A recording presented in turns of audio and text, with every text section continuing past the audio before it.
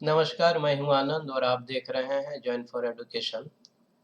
आज मैं प्रश्न संख्या 10, 11 और 12 एक्सरसाइज 9.1 या प्रश्नावली 9.1 विषय गणित, अध्याय का नाम त्रिकोणमिति के कुछ अनुप्रयोग या सम एप्लीकेशंस ऑफ ट्रिगोनोमेट्री और विषय आपका गणित है के प्रश्नों को हल करने जा रहा हूं।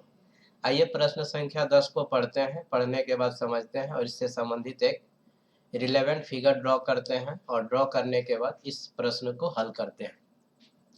एक 80 मीटर चौड़ी सड़क के दोनों ओर आमने सामने समान लंबाई वाले दो खंभे लगे हुए हैं। इन दोनों खंभों के बीच सड़क के एक बिंदु से खंभों के शिखर के उन्नयन कोण क्रमशः 60 डिग्री और 30 डिग्री है। खंभों की ऊंचाई और खंभों से बिंदु की दूरी ज्ञात कीजिए। प्रश्न को पढ़ने से यह स्पष्ट पता चल गया कि खंभों की ऊंचाई और सड़क पर एक निश्चित बिंदु से खंभों की दूरी ज्ञात करने के लिए कहा गया है। आइए इस प्रश्न से संबंधित इस चित्र को हम ड्रॉ किए हैं। आपका डी और एसी समान ऊंचाई वाले दो खंभे हैं। सी और ई सड़क है जिसकी चौड़ाई 80 मीटर प्रश्न में दिया हुआ है। सड़क पर कोई बिंदु बी है। खंभों के शीर्ष से बिंदु बी पर बना हुआ उन्नयन कोण प्रश्न के अनुसार 60 डिग्री और 30 डिग्री है। इसका रिटर्न स्टेटमेंट भी यहाँ पर देख लीजिए। माना भूमि पर वह बिंदु बी है और खंभों की ऊंचाई h मीटर है और बी बिंदु से एक खंभे की दूरी x मीटर है, तो दूसरे खंभे की दूरी स्वतः 80 माइनस x मीटर हो जाएगा। हम लोग समकोण त्रिभुज ए बी सी में विचार कर रहे हैं। ए बी सी में तो चूंकि हमें h का मान ज्ञात करना है तो हम ए सी और बी सी का संबंध जो आपका लंब और आधार है, लंब और आधार का संबंध या तो tan या cot में मिलता है, तो दोनों में से किसी एक का उपयोग करते हुए ए बी और बी सी में रिलेशन फाइंड आउट करने का प्रयास करेंगे। आइए यहाँ पर देख लेते हैं। समकोण त्रिभुज ए बी सी में आपका उन्नयन कोण यहाँ पर आपका 60 डिग्री है, तो यहाँ पर वही tan थीटा को पहले रिकॉल किए। tan थीटा या cot थीटा दोनों में से किसी एक का उपयोग यहाँ पर किया जा सकता है, तो यहाँ पर tan थीटा का ही उपयोग किया जा रहा है। तो tan 60 डिग्री, यहाँ उन्नयन कोण 60 डिग्री है और AC का मान आपका h मान लिए हैं और BC का मान हम लोग x माने हैं जो यहाँ पर पुट किए हैं। हम जानते हैं कि tan 60 डिग्री का मान √3 होता है, जिसे सामान्यतः √3/1 लिख दिए हैं। ये आपका h और BC का मान हम लोग माने हैं x।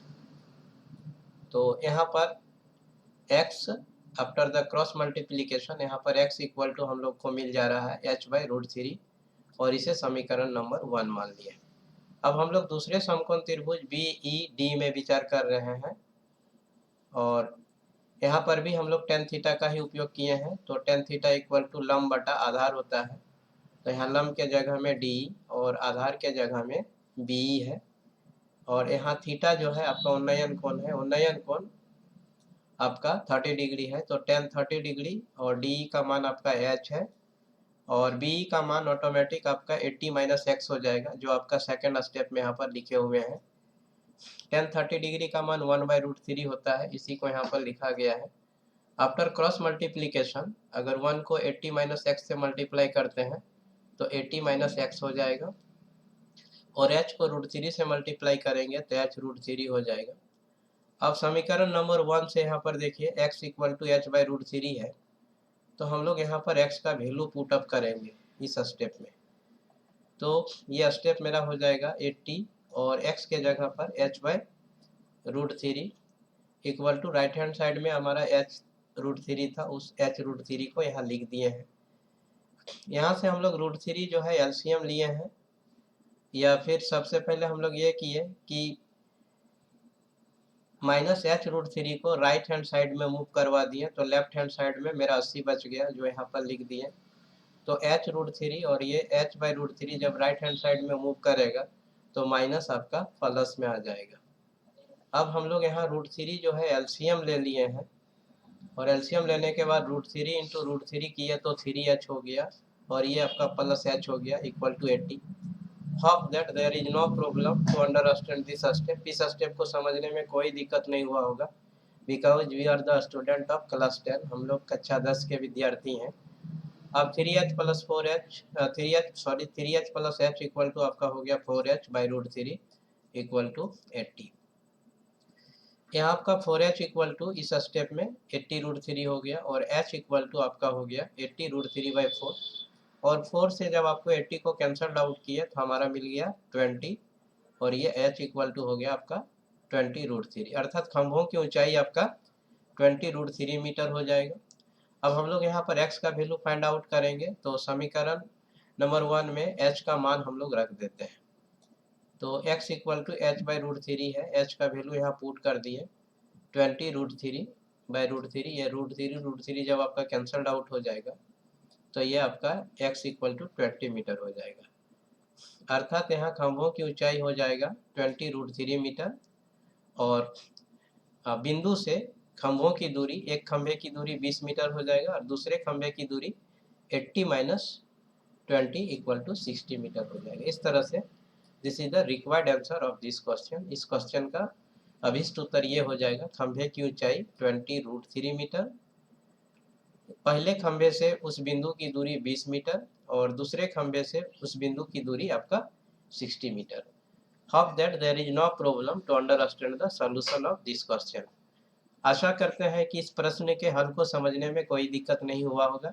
If you have problem write into the comment box, I shall try to clear your doubt.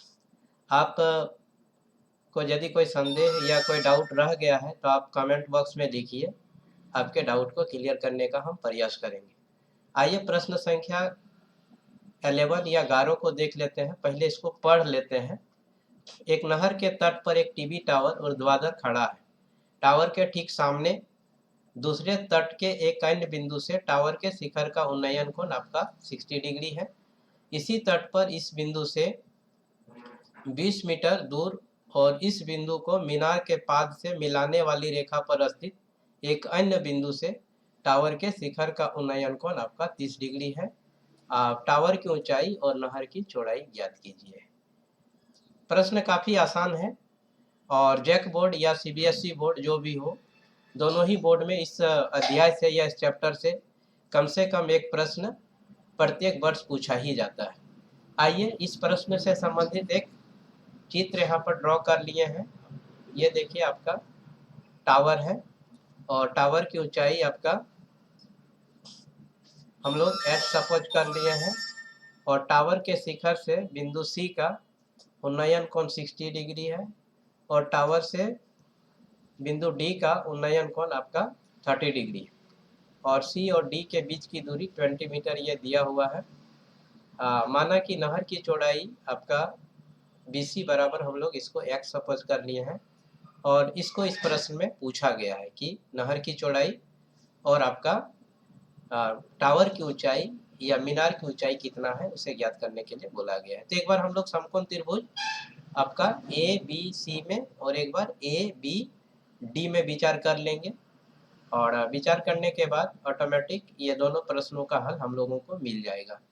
आइए देख लेते हैं। यहाँ पर समकोण त्रिभुज ABC में ही विचार कर रहे हैं, तो समकोण त्रिभुज ABC में हम लोग tan थीटा को रिकॉल किए हैं, तो tan थीटा इक्वल टू आपका हो गया AB बाय BD। यहाँ उन्नयन कोण 30 डिग्री है तो यहाँ लिख दिया tan 30 डिग्री। AB का मान हम लोग h सपोज किए हैं तो h, और आपका BD का मान हो जाएगा DC plus BC। tan 30 degree का मान 1 बाय √3 होता है, इसे ही हम लोग यहाँ लिख दिए हैं 1 बाय √3, और आपका DC प्लस BC का मान 20 प्लस x, चूँकि BC का मान हम लोग x सपोज किए हैं और DC का मान प्रश्न में ही दिया हुआ है तो 20 प्लस x, और 9 बाय क्रॉस मल्टीप्लीकेशन यहाँ पर हमको मिल गया 20 प्लस x और h इंटू √3। अब हम लोग इसको ऐसा किए, x का वैल्यू यहाँ पुटअप कर दिए हैं, x इक्वल टू आपका h बाय √3 है, तो 20 plus h by √3 equal to h √3। x का मान समीकरण नंबर 1 से समीकरण नंबर 1 से x का मान हम लोग यहाँ फाइंड आउट किए हैं।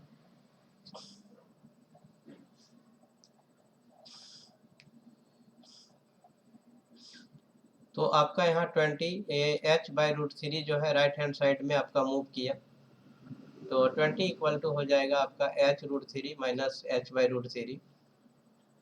अगर सिंपल कैलकुलेशन यहाँ पर करते हैं तो ये आपका √3 एलसीएम हो जाएगा, तो यहाँ बाय√3 होता, और ये √3 को जब 20 से हम लोग मल्टीप्लाई कर दिए तो यहाँ 20√3 हो गया। √3 इंटू √3 3h माइनस h, ये इक्वल आपका इस स्टेप में 2h इक्वल टू 20√3 आ गया। तो h इक्वल टू यहाँ पर हो गया 20, जब 2 से डिवाइड होगा तो 10√3 मीटर हो गया। समीकरण नंबर 1 से यहाँ पर x इक्वल टू आपका हो गया h/√3, तो यहाँ 10 h का वैल्यू 10√3 पुट अप किए, और ये बाय√3, ये √3 आपका कैंसल्ड आउट हो गया, तो x का वैल्यू आपका 10 मीटर आ गया। तो इस तरह से नहर की चौड़ाई 10 मीटर है और टावर की ऊंचाई आपका 10√3 मीटर है। Hope that there is no problem to understand the solution of this question. इस क्वेश्चन के सॉल्यूशन को भी समझने में कोई दिक्कत नहीं हुआ होगा। यहाँ पर देखिए हम लोग समकोण त्रिभुज जब ABC में कंसिडर कर रहे थे, ये आपका ABC है, तो आपका tan 60 degree equal to h/BC हो गया था। tan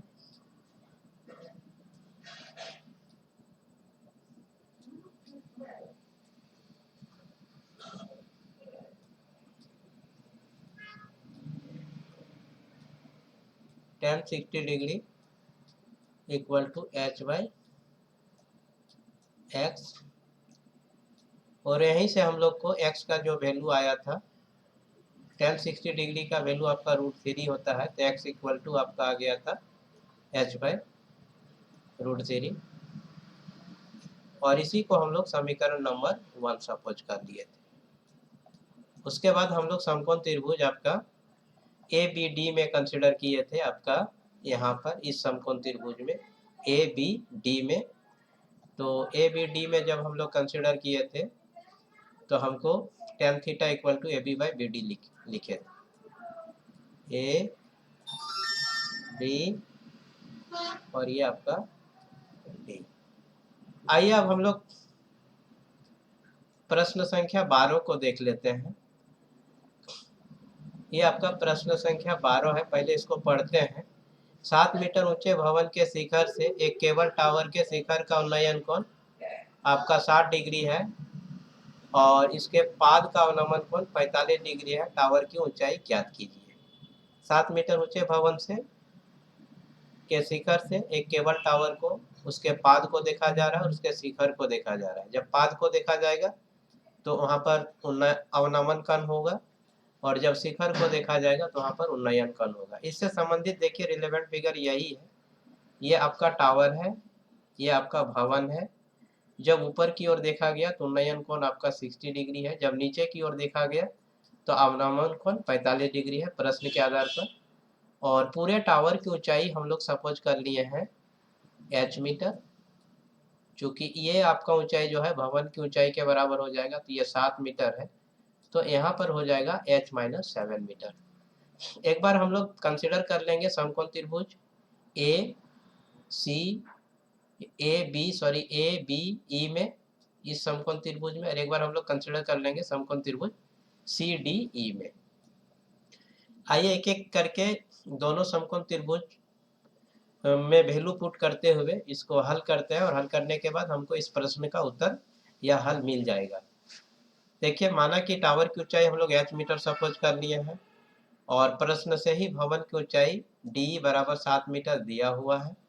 और यहाँ देखिए प्रश्न या चित्र से आपका D, ये आपका D है, D बराबर BC हो जाएगा, और आपका CD इक्वल टू हो जाएगा आपका B।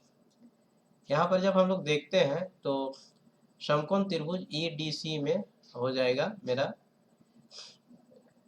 tan theta equal to ED/DC, और यहाँ थीटा का वैल्यू 45 डिग्री है, तो tan 45 degree equal to 7/DC हो गया। tan 45 डिग्री का वैल्यू आपका 1 हो गया, और आपका ED/DC इक्वल टू 7/DC हो गया, और DC इक्वल टू, अब कैलकुलेशन करने के बाद DC इक्वल टू 7 मीटर, और डी सी इक्वल टू बी चित्र से स्पष्ट है इक्वल टू 7 मीटर।